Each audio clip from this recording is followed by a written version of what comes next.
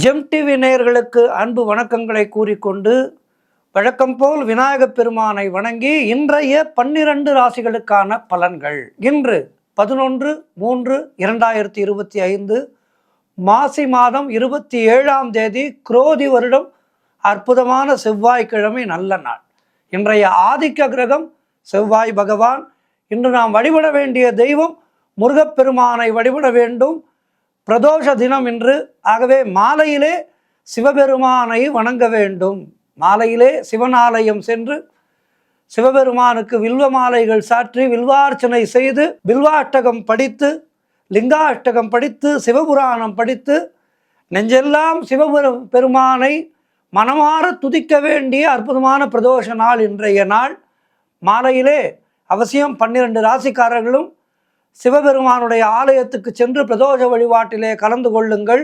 எப்படிப்பட்ட தோஷங்கள் இருந்தாலும் அவற்றை பிரதோஷ வழிபாடு நிவர்த்தி செய்யும். எனவே பிரதோஷ வழிபாட்டிலே கலந்து கொள்ளுங்கள். இன்றைய சூரிய உதயம் காலை 6:19 சூரிய அஸ்தமனம் மாலை 6:19 இன்றைய நல்ல நேரம் காலை 7:30 முதல் காலை 8:30 வரை, மதியம் 1:30 முதல் மதியம் 2:30 வரை. இன்றைய ராகு காலம் மதியம் 3 முதல் மாலை 4:30 வரை. இன்றைய யமகண்டம் காலை 9 முதல் காலை 10:30 வரை. இன்றைய குளிகை நேரம் மதியம் 12 முதல் மதியம் 1:30 வரை. இன்றைய சுபகோரை சுக்கிரகோரை நேரம் காலை 8 முதல் காலை 9 வரை. இன்றைய நட்சத்திரம் இன்று அதிகாலை 3:07 வரை பூசம், அதன் பின்பு ஆயில்ய நட்சத்திரம் வருகின்றது. இன்றைய திதி இன்று காலை 10:30 வரை வளர்பிறை துவாதசி, அதன் பின்பு திரையோதசி திதி வருகின்றது. இன்றைய சந்திராட்டம நட்சத்திரம் இன்று அதிகாலை 3:07 வரை மூலம் நட்சத்திரத்துக்கு சந்திராட்டமம், அதன் பின்பு பூராட நட்சத்திரத்துக்கு சந்திராட்டமம் துவங்குகின்றது. கவனமாக இருங்கள். அடுத்து நாம் காண இருப்பது 12 ராசிகளுக்கான பலன்களை. மேஷ ராசி அன்பர்களே, இன்று சந்திரன் உங்கள் ராசிக்கு 4ஆம் இடத்திலே இருக்கின்றார். உங்கள் ராசி அதிபதி செவ்வாய் ராசிக்கு 3ஆம் இடத்திலே இருக்கின்றார். ஆகவே இன்றைய நாளிலே சொந்த வீடு வாங்கும் யோகம் உண்டாகும். வெகு நாட்களாக வாடகை இல்லத்திலே இருப்பவர்களாக இருந்தால் சொந்த வீடு வாங்குவதற்கான முயற்சிகளிலே இறங்கினால், இன்றைய நாளிலே அதற்கான முயற்சிகளை துவங்கினால் வெற்றி கிடைக்கும். அதேபோல் வேலையிலே பதவி உயர்வு, இடமாற்றம் போன்றவை அமையும். நண்பர்கள் உறவினர்களால் நல்ல ஆதாயம் உண்டாகும். தாய் வழி உறவுகளின் மூலம் ஆதாயம் உண்டாகும். தொழிலிலே நல்ல வளர்ச்சி உண்டாகும். திருமண பேச்சுவார்த்தைகள் சுபமாக முடியும். உங்களுடைய முயற்சிகள் எல்லாம் நல்லபடியாக நடக்கக்கூடிய அற்புதமான நாள். பண வரவு அதிகரிக்கும். குழந்தை பாக்கியம் உண்டாகும். குழந்தை பாக்கியத்திற்காக காத்திருக்கின்ற தம்பதிகளுக்கு நல்ல செய்தி கிடைக்கின்ற நாள். குலதெய்வ வழிபாடு அனுகூலத்தை தரும். முன்னோர்களுடைய ஆசீர்வாதம் பரிபூர்ணமாக கிடைக்கின்ற நாள். புதிய முயற்சிகள் எல்லாம் வெற்றியை தரக்கூடிய அற்புதமான நல்ல நாளாக இன்றைய நாள் இருக்கின்றது. முருகப்பெருமானை வணங்குங்கள். மாலையிலே சிவபெருமானை வணங்குங்கள். வாழ்த்துக்கள். ரிஷபராசி அன்பர்களே, இன்று சந்திரன் உங்கள் ராசிக்கு 3ஆம் இடத்திலே, உங்கள் ராசி அதிபதி சுக்கிரன் ராசிக்கு 11ஆம் இடத்திலே. ஆகவே இன்றைய நாளிலே நீங்கள் எடுக்கின்ற முயற்சிகள் எல்லாம் பெரும் வெற்றி பெறும். பொருள் வரவு, தனலாபம் அதிகரிக்கின்ற அற்புதமான நாள். கடன் தொல்லைகள் முற்றிலுமாக விலகும். அலுவலகத்திலே வேலை மாற்றம் ஏற்படும். இளைய சகோதரர்கள் மூலம் ஆதாயம் உண்டாகும்.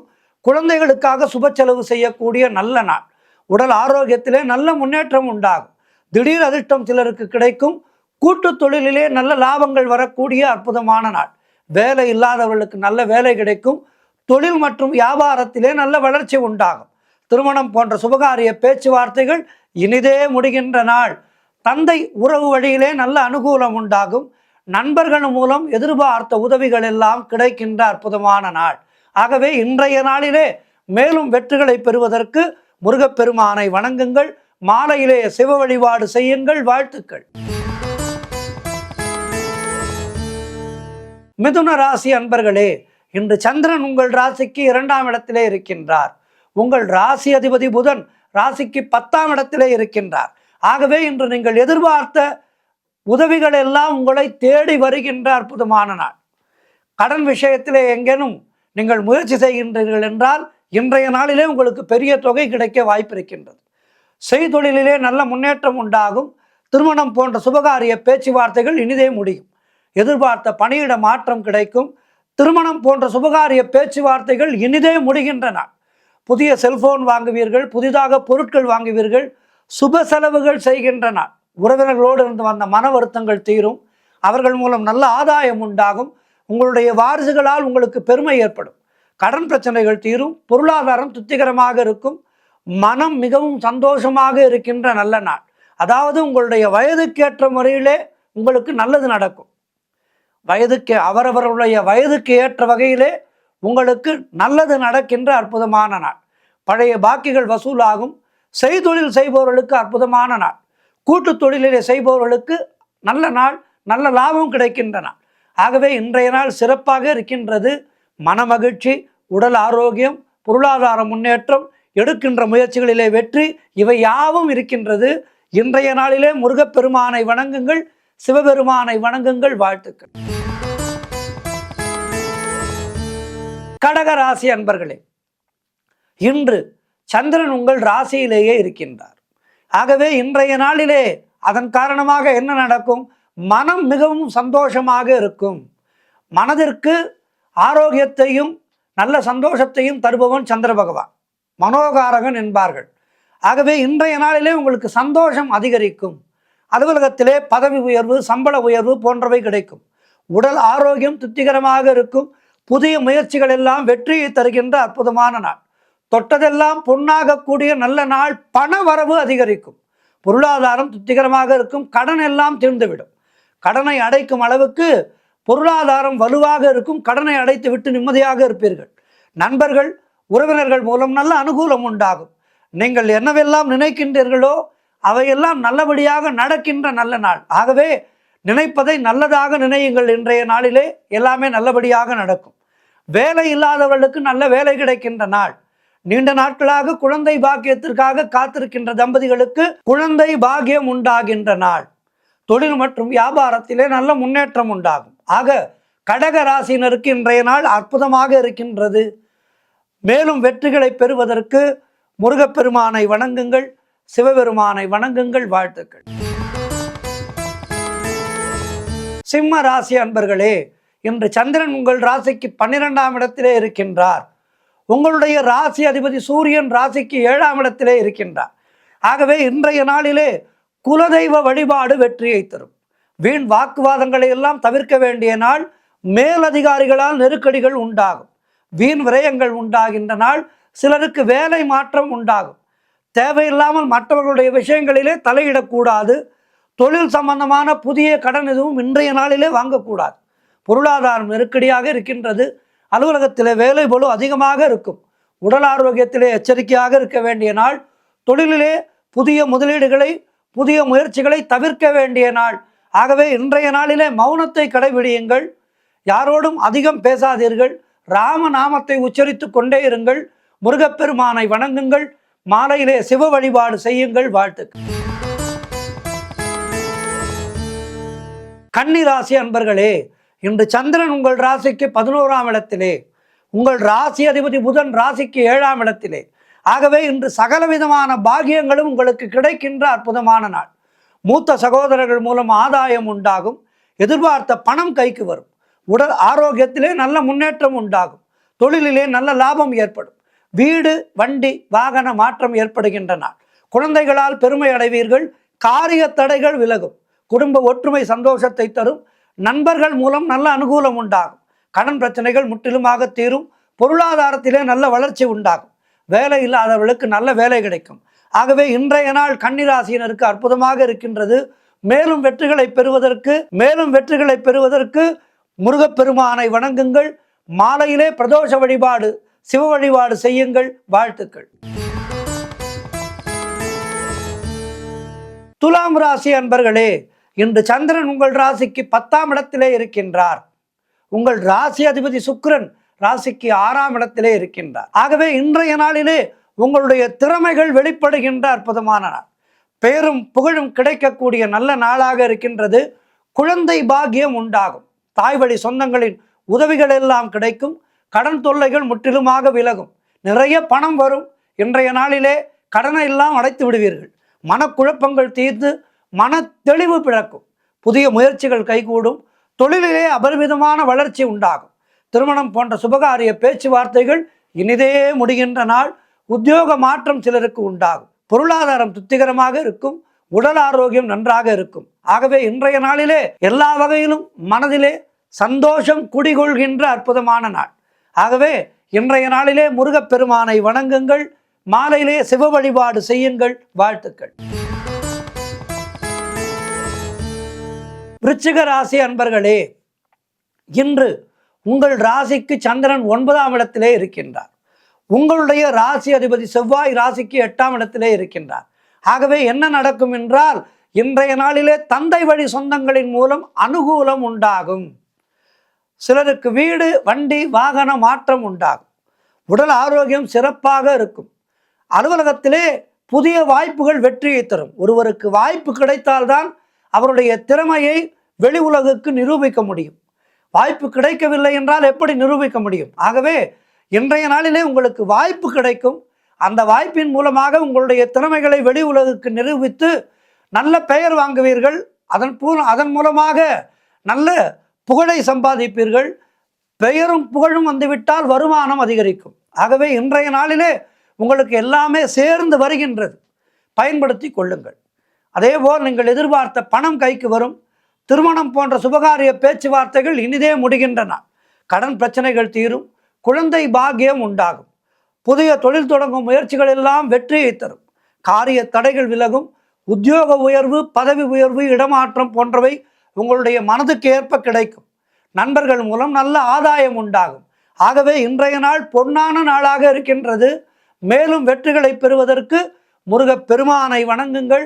மாலையிலே சிவ வழிபாடு செய்யுங்கள். வாழ்த்து. தனுசு ராசி அன்பர்களே, இன்று சந்திரன் உங்கள் ராசிக்கு 8ஆம் இடத்திலே, உங்கள் ராசி அதிபதி குரு ராசிக்கு 6ஆம் இடத்திலே இருக்கின்றார். ஆகவே இன்றைய நாள் முழுதும் உங்களுக்கு சந்திராட்டமம் இருக்கின்றது. மௌனத்தை கடைபிடிங்கள். சந்திராட்டம நாளிலே நாம் வேறு ஒன்றும் செய்ய வேண்டாம். மௌனத்தை முற்றிலுமாக கடைபிடித்து யாரோடும் அதிகம் பேசாதீர்கள். மற்றவரை பற்றி புறம் பேசாதீர்கள். ஒருவரை பற்றி ஒருவர் இல்லாத போது மற்றவரிடம் பேசாதீர்கள். அதேபோல் யாருக்கும் கடன் கொடுக்காதீர்கள். நீங்களும் கடன் வாங்காதீர்கள். ராமநாமத்தை உச்சரிக்க வேண்டிய நாள். கணவன் மனைவிக்குள் சண்டை சச்சரவுகள் ஏற்படலாம். வேலை செய்யும் இடத்திலே மற்றவரை பற்றி எதுவும் பேசாமல் இருங்கள். கோபத்தை முற்றிலுமாக தவிர்த்து கொள்ளுங்கள். தேவையில்லாத பயத்தையும் தவிர்த்து கொள்ளுங்கள். ராமநாமத்தை உச்சரியுங்கள். ஆஞ்சநேயரை வணங்குங்கள். இன்றைய நாளிலே தேவையில்லாத மனக்குழப்பங்கள் ஏற்படும். ஆகவே மனதனை தெளிவாக வைத்துக் கொள்ளுங்கள். உடல் ஆரோக்கியத்திலே கவனமாக இருக்க வேண்டும். வண்டி வாகனங்களிலே செல்லும் போது மிக கவனமாக செல்ல வேண்டும். குலதெய்வ வழிபாடு மன அமைதியை தரும். கூட்டு தொழிலிலே புதிய முதலீடுகளை, புதிய முயற்சிகளை தவிர்க்க வேண்டிய நாள். கோர்ட்டு கேஸ் போன்ற பிரச்சனைகளிலே ஈடுபடக்கூடாது. அலுவலகத்திலே வேலை பளு அதிகமாக இருக்கும். மேலதிகாரிகளை அனுசரித்து செல்லுங்கள். எதிலும் எச்சரிக்கையாக செயல்பட வேண்டிய நாள் இன்றைய நாள். ஆகவே இன்றைய நாளிலே அதிகாலையிலே கந்த சஷ்டி கவசம் கேளுங்கள். கந்த குரு கவசம் கேளுங்கள். மாலையிலே பிரதோஷ வழிபாடு செய்து கோளறு பதிகம் படியுங்கள். சிவ ஆலயத்திலே அமர்ந்து, சிவனுடைய ஆலயத்திலே அமர்ந்து பிரதோஷத்துக்கு நந்தி பகவானுக்கு செய்கின்ற அபிஷேகங்களை எல்லாம் தரிசனம் செய்யுங்கள். கோளறு பதிகம் படியுங்கள். சிவபுராணம் படியுங்கள். சந்திராஷ்டம பாதிப்புகள் முற்றிலுமாக விலகும். வாழ்த்துக்கள். மகர ராசி அன்பர்களே, இன்று சந்திரன் உங்கள் ராசிக்கு 7ஆம் இடத்திலே இருக்கின்றார். உங்களுடைய ராசி அதிபதி சனி ராசிக்கு 2ஆம் இடத்திலே இருக்கின்றார். ஆகவே இன்றைய நாளிலே திருமணத்துக்காக காத்திருக்கின்ற வரன்களுக்கு திருமணம் நிச்சயமாகும். எதிலும் வெற்றி உண்டாகின்ற அற்புதமான நாள். சுபகாரியங்கள் நடைபெறக்கூடிய நல்ல நாள். வீடு வண்டி வாகன யோகம் உண்டாகும். செய்யும் செயலிலே பெயரும் புகழும் கிடைக்கின்ற நாள். கணவன் மனைவியிடையே இருந்து வந்த பிரச்சனைகள் எல்லாம் விலகி அந்யோன்யம் அதிகரிக்கும். மனம் மிகவும் சந்தோஷமாக இருக்கும். கூட்டு தொழிலிலே நல்ல லாபம் வருகின்ற நாள். நினைத்த காரியங்கள் அனைத்தும் நல்லபடியாக நடக்கக்கூடிய நல்ல நாளாக இருக்கின்றது. புதிய வேலை வாய்ப்புகள் உண்டாகும். அலுவலகத்திலே சம்பள உயர்வு, பதவி உயர்வு போன்றவை கிடைக்கும். தொழிலிலே புதிய முயற்சிகள் வெற்றியை தரும். ஆகவே இன்றைய நாள் அற்புதமாக இருக்கின்றது. மேலும் வெற்றிகளை பெறுவதற்கு முருகனை வழிபடுங்கள். மாலையிலே பிரதோஷ தினம் சிவ வழிபாடு செய்யுங்கள். வாழ்த்துக்கள். கும்ப ராசி அன்பர்களே, இன்று சந்திரன் உங்கள் ராசிக்கு 6ஆம் இடத்திலே இருக்கின்றார். உங்களுடைய ராசி அதிபதி சனி ராசியிலேயே இருக்கின்றார். ஆகவே இன்றைய நாளிலே காரிய தடைகள் ஏற்பட்டு விலகும். அலுவலகத்திலே வீண் வாதங்களை எல்லாம் தவிர்க்க வேண்டிய நாள். திருமணம் போன்ற சுபகாரிய பேச்சுவார்த்தைகள் சற்று தாமதமாகும். வியாபாரத்திற்காக புதிய முதலீடுகளை தவிர்க்க வேண்டிய நாள். உடல் ஆரோக்கியத்திலே எச்சரிக்கையாக இருக்க வேண்டும். குடும்பத்திலே கணவன் மனைவிக்குள் சண்டை சச்சரவுகள் ஏற்பட்டு விலகும். கூட்டு தொழிலிலே மன வருத்தங்கள் உண்டாகலாம். நண்பர்கள் உறவினர்கள் மூலம் அனுகூலம் உண்டாகும். தேவையில்லாத செலவுகள் ஏற்படலாம். ஆகவே இன்றைய நாளிலே மௌனத்தை கடைபிடியுங்கள். யாரோடும் அதிகம் பேசாதீர்கள். ராமநாமம் எழுதுங்கள். ராமநாமத்தை எழுதினால் மனதிலே ஒரு அமைதி கிடைக்கும். அமைதியான மனமானது தேவையில்லாதவற்றை சிந்திக்காது, தேவையில்லாதவற்றை பேசாது. ஆகவே மனதை அமைதியாக வைத்துக் கொள்வதற்கு ராமநாமத்தை எழுதுங்கள். ராமநாமத்தை உச்சரியுங்கள். குலதெய்வத்தை நினைத்து கொண்டே இருங்கள். இன்றைய நாளிலே முருகனை வழிபடுங்கள். கந்தர் சஷ்டி கவசம் சொல்லுங்கள், கேளுங்கள். அதேபோல் மாலையிலே பிரதோஷ நாள் நந்தியம்பெருமானை வணங்குங்கள், சிவபெருமானை வணங்குங்கள், சண்டிகேஸ்வரரை வணங்குங்கள், கால பைரவரை வணங்குங்கள். மனம் தெளிவடையும். ஆகவே இன்றைய நாளிலே அவற்றையெல்லாம் செய்யுங்கள். வாழ்த்துக்கள். மீன ராசி அன்பர்களே, இன்று சந்திரன் உங்கள் ராசிக்கு 5ஆம் இடத்திலே இருக்கின்றார். உங்களுடைய ராசி அதிபதி குரு ராசிக்கு 3ஆம் இடத்திலே இருக்கின்றார். ஆகவே இன்றைய நாளிலே குழந்தைகளால் மகிழ்ச்சி உண்டாகும். தொழில் மற்றும் வியாபாரத்திலே நல்ல லாபம் உண்டாகின்ற நாள். நண்பர்கள் மூலம் நல்ல அனுகூலம் உண்டாகும். சுபகாரியங்கள் கைகூடி வருகின்ற அற்புதமான நாள். புதிய வேலை வாய்ப்புகள் உண்டாகும். கடன் பிரச்சனைகள் முற்றிலுமாக தீரும். பதவி உயர்வோடு வேலை மாற்றம் சிலருக்கு ஏற்படும். பழைய பாக்கிகள் வசூலாகும். உழைப்புக்கு ஏற்ற ஊதியம் கிடைக்கின்ற நாள். கணவன் மனைவியிடையே நல்ல ஒற்றுமை ஏற்படும். திருமண பேச்சுவார்த்தைகள் சுபமாக முடியும். திடீர் பண வரவு உண்டாகும். சுப விரயங்கள் ஏற்படக்கூடிய நல்ல நாள். ஏதேனும் நல்ல பொருட்களை வாங்குவீர்கள், தங்கம் வெள்ளி இப்படி. ஆகவே இன்றைய நாள் மீனராசினருக்கு சிறப்பாக இருக்கின்றது. முருகனை வழிபடுங்கள். மாலையிலே சிவ வழிபாடு செய்யுங்கள். பிரதோஷ தினம் சிவபெருமானுக்கு அபிஷேகத்திற்கு திரவியங்கள் வாங்கி கொடுங்கள். 12 ராசினருமே இன்றைய நாளிலே சிவ வழிபாடு செய்யுங்கள். பிரதோஷ நாளிலே தேவர்களும் முனிவர்களும் சிவபெருமானை துதிக்கின்ற அற்புதமான நேரம். இந்த நேரத்திலே சிவபெருமானுக்கும் நந்தியம்பெருமானுக்கும் நடைபெறுகின்ற அபிஷேகத்திற்கு அபிஷேக பொருட்கள் வாங்கி கொடுத்தால் நம்முடைய கர்ம வினைகள் அகலும். கர்ம வினையினால்தான் நாம் இந்த பிறவி எடுத்திருக்கின்றோம். ஆகவே பிறவியனும் பெரும் கயிற்றை அறுப்பவன் சிவபெருமான். தொடர்ந்து இந்த பிறவி எனும் மாய சூழலிலே சிக்கிக்கொள்ளாமல் இருப்பதற்கு சிவ வழிபாடுதான் நம்மை கடை தேற்றும். ஆகவே பிரதோஷ நாளிலே சிவபெருமானுக்கு அபிஷேக பொருட்கள் வாங்கி கொடுத்து எவனொருவன் மாதா மாதம் நடைபெறுகின்ற இந்த 2 பிரதோஷங்களிலும் கலந்து கொள்கின்றானோ அவனுக்கு பிறப்பில்லா பெருவாழ்வு கிடைக்கும். ஆகவே பிரதோஷ நாளிலே 12 ராசினரும் கலந்து கொள்வோம். சிவனை வழிபட்டு அடுத்த பிறவியில் நமக்கு இல்லை, பூமியிலே மறுபடியும் பிறந்து இந்த பிறவி எனும் பெருங்கடலிலே விழாமல் கர்மாக்களை அனுபவிக்காமல் இருப்போம். ஆகவே இந்த பிறவி தொல்லை அகல வேண்டும் என்றால் சிவபெருமானை வணங்கி பிறப்பருக்கும் பிஞ்சகன்றன் என்று பாடினார் மாணிக்கவாசகர். ஆகவே அந்த சிவபெருமானை வணங்கி பிறவியில்லா பெருவாழ்வை பெறுவோம். ஓம் நம சிவாயா. 12 ராசியினருக்கும் இன்றைய நாள் சிறப்பாக இருக்க பிரார்த்தித்துக் கொள்கின்றேன். நன்றி. இன்றைய ஆன்மீக தகவல். சென்னை காளிகாம்பாள் கோவில். காளிகாம்பாள் சென்னையிலே இருக்கின்ற பக்தர்களுக்கெல்லாம் ரொம்ப பிடித்தமான ஒரு ஆலயம் என்று சொல்லலாம். சென்னையிலே உள்ளவர்கள் மட்டுமல்லாமல் இந்த அம்பாளை பற்றி எல்லோருமே தெரிந்து கொள்ள வேண்டும்.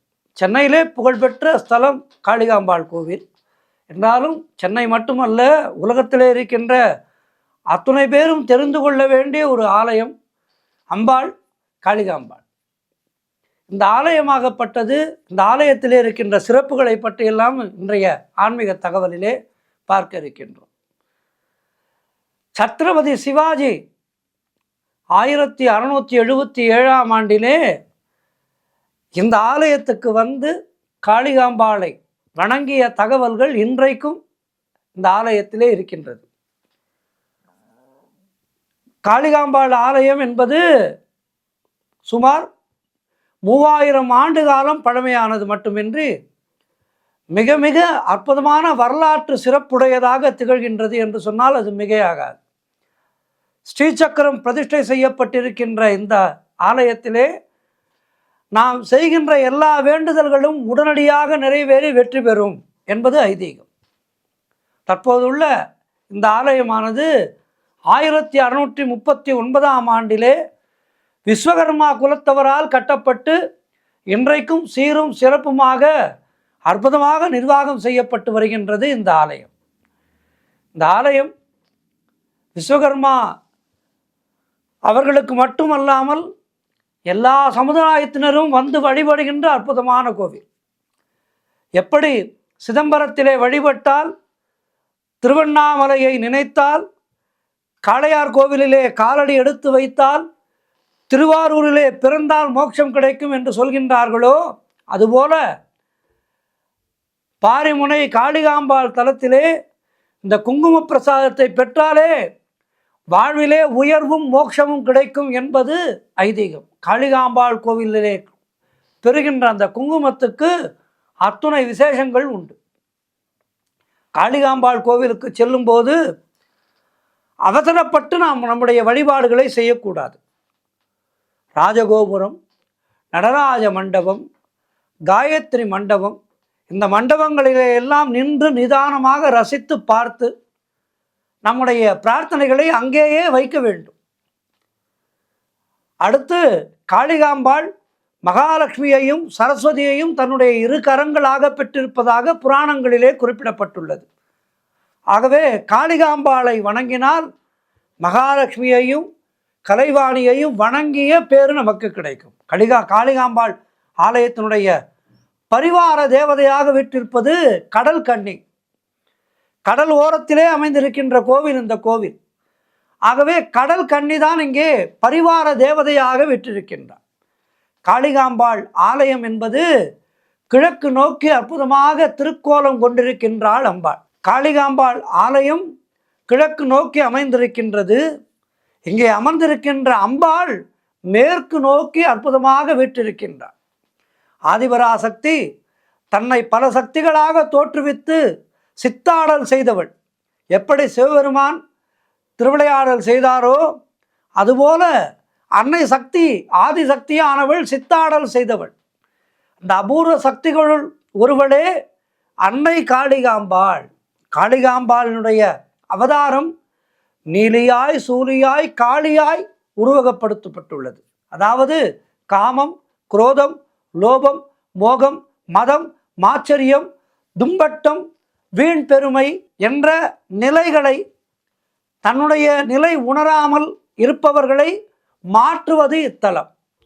இந்த காளிகாம்பாள் கோவிலிலே வந்து வழிபட அவர்கள் தன்னடக்கம் பெற்றவர்களாக மாறுவார்கள்.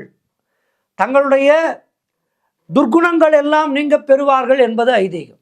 அன்னை காளிகாம்பாளிடம் பாரதியார் உரிமையோடு பேசி மனதை பறிகொடுத்து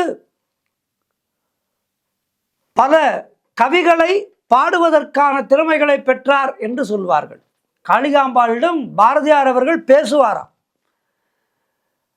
ஆகவே காளிகாம்பாள் எதிர்பார்ப்பது நிச்சலமான பக்தியை. பாரதியார் ஒரு உதாரணம். சென்னையிலே வாழ்ந்த காலங்களிலே எல்லாம் காளிகாம்பாள் ஆலயத்துக்கு சென்று விட்டுத்தான் அலுவலகம் செல்வார் பாரதியார். காளிகாம்பாள் அருள் புரியும் இத்தலத்திலே இந்திரன், குபேரன், விராட புருஷனான ஸ்ரீ விஸ்வகர்மா ஆகியோர் போற்றி துதித்துள்ளனர். காளிகாம்பாள் அவதரித்த இடத்தை நம்முடைய முன்னோர்கள் சொர்ணபுரி என்று பெயரிட்டு அழைத்து வந்ததாக வரலாறு கூறுகின்றது. நாகலோக கன்னிகளும் தேவலோக கன்னிகளும் அன்னை காளிகாம்பாளை வழிபட்டு பூர்வ ஜென்ம புண்ணியங்களை அடைந்ததாக வரலாறு கூறுகின்றது. காஞ்சி விஜயேந்திர சரஸ்வதி சுவாமிகள், பண்டிமலை சுவாமிகள், காயத்ரி சுவாமிகள், தவத்திரு ராமதாசர் உள்ளிட்ட மிகப்பெரிய மகான்கள் எல்லாம் அன்னை காளிகாம்பாளை வழிபட்டு பேறு பெற்றுள்ளனர் என்பது வரலாறு. பௌர்ணமி தோறும் இங்கு இரவு 7 மணிக்கு அம்பாளுக்கும் காயத்ரி தேவிக்கும் கூட்டு வழிபாடும் பூஜையும் நடைபெறும். இந்த பூஜையிலே கலந்து கொண்டு தங்களுடைய பிரார்த்தனைகளை வைத்த அடியார் பெருமக்களுக்கு உடனடியாக அவர்களுடைய பிரார்த்தனைகள் நிறைவேறும் என்பது ஐதீகம். அதேபோல் சனிக்கிழமை தோறும் மாலை 5 மணிக்கும் ஞாயிற்றுக்கிழமை தோறும் காலை 10 மணிக்கும் சிறுவர்களுக்கான நீதி போதனை மற்றும் ஆன்மீக வகுப்புகள் இந்த ஆலயத்திலே நடைபெறுகின்றது. அதாவது எதிர்கால சந்ததியினர் ஆன்மீகத்திலே உயர்வடைய வேண்டும், அவர்களுக்கு நல்ல பண்புகள் எல்லாம் வளர வேண்டும் என்ற உயரிய நோக்கத்தோடு இங்கு இவை நடத்தப்பட்டு வருகின்றது.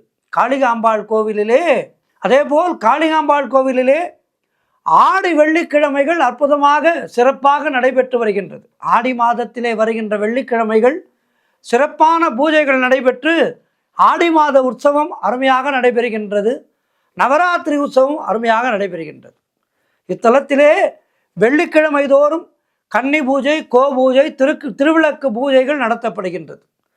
அதேபோல் இந்த காளிகாம்பாள் கோவிலிலே நடைபெறுகின்ற சுவாசினி பூஜை என்பது மிகவும் சிறப்பு வாய்ந்த பூஜையாகும். இந்த பூஜை சுமங்கலிகளுக்கு விசேஷ அருள் தருவதாகவும் பல பேறுகளை தருவதாகவும் இந்த பூஜை அமைந்திருக்கின்றது. எங்குமே இல்லாதபடி இத்தலத்திலே சுவாசினி சங்கம் அமைக்கப்பட்டு மகளிர் எல்லாம் ஒன்று கூடி மிக சிறப்பான பூஜையிலே ஆன்மீக காரியங்களை எல்லாம் செய்து வருகின்றார்கள். இத்தலத்திலே அமாவாசை தோறும் காயத்ரி தேவிக்கும் விஸ்வபிரம்மத்துக்கும் விஸ்வகர்மா வழிபாட்டு குழு சார்பிலே சிறப்பான வழிபாடுகள் நடத்தப்படுகின்றது. காளிகாம்பாள் கோவிலிலே 12 அம்சங்களை கொண்டவள். அதாவது காளிகாம்பாள் மொத்தம் 12 அம்சங்களை கொண்டவள். அதிலே ஒரு அம்சம் காஞ்சிபுரத்து காமாட்சி அம்மன் ஆகும். இத்தலம் 2 பிரகாரங்கள் கொண்டது. உள்பிரகாரத்திலே அருணாச்சலேஸ்வரர், நவகிரகங்கள், வள்ளி தெய்வானை சமேத முருகக்குண்டிலே கட்டப்பட்டது. இந்த கோவில் கடற்கரையிலே இருந்தபோது காளிகாம்பாள் மிகவும் உக்கிரமானவளாக இருந்திருக்கின்றாள். தம்புச்செட்டி தெருவுக்கு மாறிய பிறகு ஸ்ரீசக்கரம் பிரதிஷ்டை செய்து சாந்தமாக ஆகிவிட்டதாக வரலாறு சொல்கின்றது. காளிகாம்பாளுக்கு நெய்தல் நீல காமாட்சி என்ற இன்னொரு பெயரும் உண்டு. அதேபோல் மச்ச புராணம், வாமன புராணம், கூர்ம புராணம், லிங்க புராணம், பவிஷ்ய புராணம் ஆகிய புராணங்களிலே இந்த கோவிலை பற்றிய, இந்த அம்பாளை பற்றிய குறிப்புகள் எல்லாம் இருக்கின்றது. இந்திரன், குபேரன், வருணன், வியாசர், பராசரர், அகத்தியர், ஆங்கீரசர், புலஸ்தியர், விராட புருஷன், விஸ்வகர்மா ஆகியோர் இத்தலத்திலே வழிபட்ட வரலாறு இருக்கின்றது. புராணங்களிலே இத்தலம் புராணபுரி, பரதபுரி என்றெல்லாம் அழைக்கப்பட்டிருக்கின்றது. இத்தலத்தோடு தொடர்புடைய சரித்திர சிறப்பு பெற்ற நிகழ்ச்சிகள் கோவிலிலே அதன் சிற்பங்களாக வடிவமைக்கப்பட்டிருக்கின்றது. இத்தலத்திலே வழிபட்டால் காஞ்சிபுரம் காமாட்சி அம்மனையும் திருவண்ணாமலை அருணாச்சலேஸ்வரரையும் வழிபட்ட பலன் கிடைக்கும். சிவனுக்கும் பார்வதிக்கும் ஏற்பட்ட ஊடலை பிரதிபலிக்கும் வகையிலே ஒவ்வொரு ஆண்டும் ஆருத்ரா தரிசனம் முடிந்து சிவபார்வதி திரும்பி வரும்போது ஊடல் உற்சவம் நடத்தப்படுகின்றது. இந்த ஆலயத்திலே விராட புருஷ விஸ்வகர்மா சன்னதியிலே வழிபடும் போது ஓம் தேவதேவ மகாதேவ விஸ்வபிரம்ம ஜெகத்குருவே நம என்று சொல்லி வழிபாடு செய்யலாம். இத்தலத்திலே பூந்தேர், கிண்ணித்தேர், வெள்ளித்தேர் என்று 3 வகையான தேர்கள் உள்ளன. அதேபோல் இத்தலத்திலே 33 பஞ்சலோக சிலைகள் உள்ளது. தொல்பொருள் ஆய்வுத்துறையினர் இதனை பதிவு செய்திருக்கின்றனர் என்பது விசேஷமான ஒரு தகவலாகும். இந்த கோவில் உள்ளது போன்று இந்தியாவிலே வேறு எங்கும் எந்த தலத்திலும் கிண்ணித்தேர் என்பது கிடையாது. ஆகவே அபூர்வமான கிண்ணித்தேர் என்பது இந்த ஆலயத்திலே மட்டும்தான் உள்ளது. அதேபோல் தினந்தோறும் இத்தலத்திலே நடக்கின்ற அர்த்தஜாம பூஜை மிகவும் சிறப்பு வாய்ந்தது. அம்பாள் முன் அனைவரும் ஒன்றுதான் என்பதை உணர்த்தும் வகையிலே இவ்வாலயத்திலே தரிசனத்துக்காக யாரிடமும் சிறப்பு கட்டணம் என்பது வசூலிப்பது இல்லை. யாராக இருந்தாலும் வரிசையிலே வந்துதான் அம்பாளை வழிபட வேண்டும். ஆகவே எல்லா சிறப்புகளும் உடைய இந்த காளிகாம்பாளை அன்றாடம் வழிபட்டு நம்முடைய கர்ம வினைகள், வறுமை போன்றவை நீங்கி எல்லா வளமும் நலமும் பெறுவோம். ஓம் சக்தி, ஓம் சக்தி, ஓம் சக்தி. நன்றி.